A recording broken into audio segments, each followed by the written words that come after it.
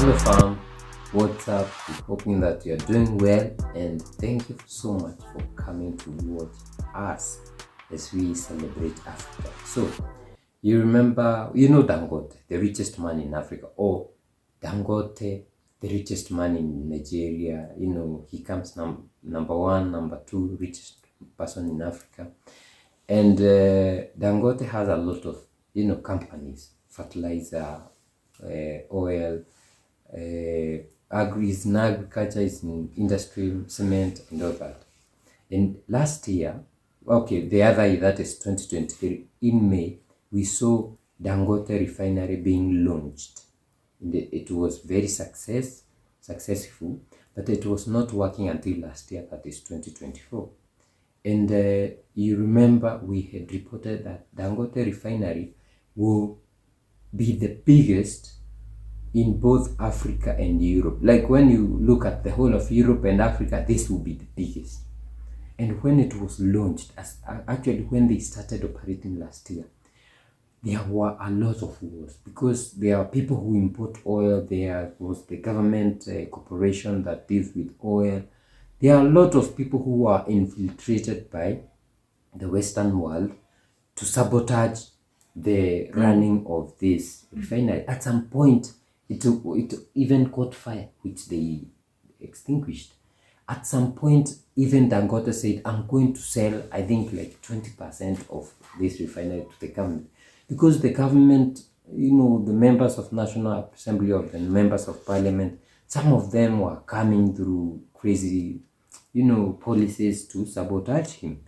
But luckily, everything went well. You remember, guys, there was a time we talked about a video Dangote was showing these guys from the government how clean his oil was.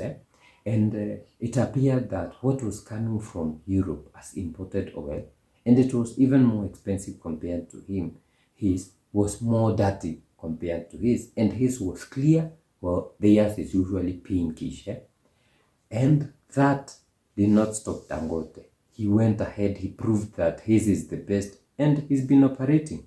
But guess what has been happening? Petrol production at Dangote Refinery is affecting the European market. In Africa we have a lot of oil, but we are buying from Europe. It's crazy. But Dangote said, no, we have to process our own oil, like whatever Niger, Mali, and Burkina are doing, and we use ours. But now, Europe is seeing danger. The production of petrol at Dangote Refinery is indeed having an impact on the European market, as confirmed by reports from the Organization of the Petroleum Exporting Countries, OPEC. The refinery, which has a capacity of 650,000 barrels per day, began operations in January of 2024 and started producing premium motor spirit in September, that is last year.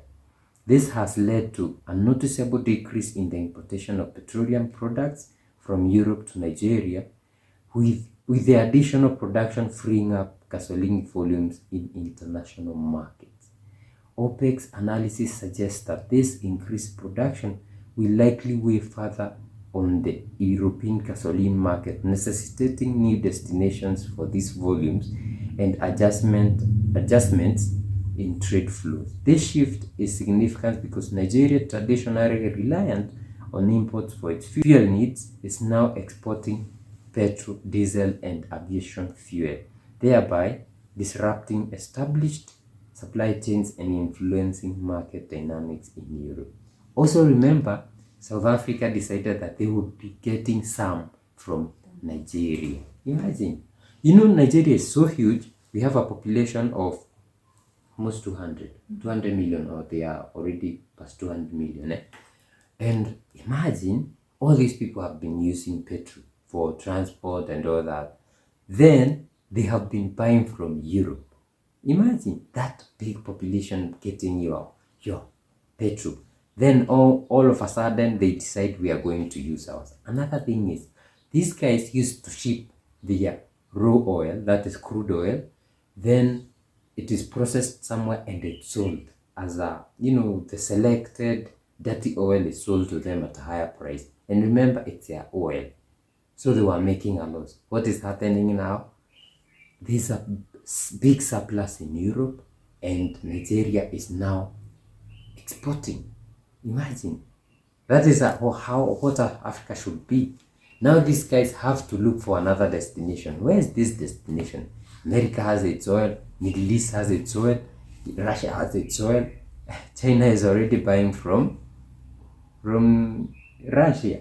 So it's crazy, but I'm happy for what Dangote is doing. It shows that it's only Africans who lead to the development of Africa. Forget AIDS, forget Gates and the rest. They are not going to lead the development of Africa. It's us and our good leaders, just like in the years. I've seen a lot of aggressiveness when it comes to Total Energies and marketing their business, their oil, their products, really, because they've all of these other business, all of these other products. And it comes to show that it's French, right? Yeah. France is in trouble. Europe is in trouble. When it comes to markets, when it comes to even being players in the market prices, Africa is taking control. Like this is Dangote now determining the prices, the values of commodities from Africa. And if he really pushes through, he will get a bigger market in Africa, and that will mean we are now closed for business from the outside world. And it will start with petrol, it will start with energy, it will go on to food, it will go on to some other commodities that Europe has always been supplying to Africa, that always depended on Europe for your wheat, it's not like we can't grow these things, it's not like we don't have the minerals. And right now this is just a game changer for Africa, because we have always taken our raw materials for processing in Europe and then coming back. This is somebody who's processing and doing a better job at it in our own soil.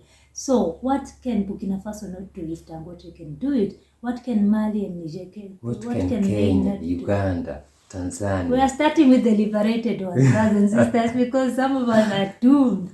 But you can see that there's future for these three countries who are moving towards that direction. Otherwise, we have been told that we can't do it. Just recently on a call with our brother in the US, who's also trying to, return home. And the brother is like, do you know what we've been told is the fact that ours is not the best. African things, and like we were talking about education, and he was telling us that it's not that our African education is not good enough. It's just the propaganda that is being sold out to the world for us to think that if I studied in the US or if I studied in Britain, I am better than you who studied in your own motherlands, doing the same course, studying the same thing, honestly, but you feel that you deserve better than this one because you went out. And you only to find that the one who started at home is more hands-on because he studied it in relation to his home motherland, but the other one can only apply it out there. That was my argument, studying development studies in Europe and coming back to Africa to do the same course, because for me it was like, I am doing development to develop our own continent. What can you tell me development when you claim you are the most developed first world countries? What do you know? Let me go and do it on the ground so that I can see the development from ground up. You guys have seen it, you've claimed that you are better, but us who are on the ground and doing it on the ground are better off than whatever I've been told. Now that's the narrative that we're trying to change about our motherland. We have it, it's the best. But do we believe in it? We only need to support our own. That is it. We don't believe in ourselves. Because even Dangote, when you go to many African countries, go to Ethiopia. Ethiopia uses Dangote cement. So he's the one holding the market. If he brought the Star cement to Kenya, are we going to buy it? If he took to Tanzania, are they going to buy it? But if we support our own, that is how we grow. And that is how we have grown Dangote, to disrupting even the European market. Now they are scared of him because they don't know, because he's also building a steel manufacturing company. What will happen to those people who bring steel, China and Europe? It will be African steel. But my prayer is the rest of the African countries, like we have said, South Africa will be buying from Nigeria. We hope that other African countries can support Nigeria. But before that, we have to see the Nigerians, especially those people who wanted to sabotage Dangote.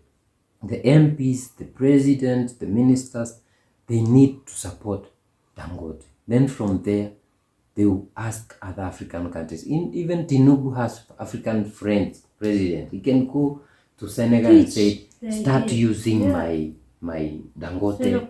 You know, Senegal would be buying from Nigeria. South Africa would be buying Namibia. Yeah, so guys, let us know what you think in the comment section. How can we do in small scale? What can we do in small, like African parts? How can we go on the ground and support our own to doing things? Do you have an idea that you can work with us to push it to the motherland? Let us know what you think in the comment section. If you'd like to support us, send us that idea. Let us know and also be involved in it.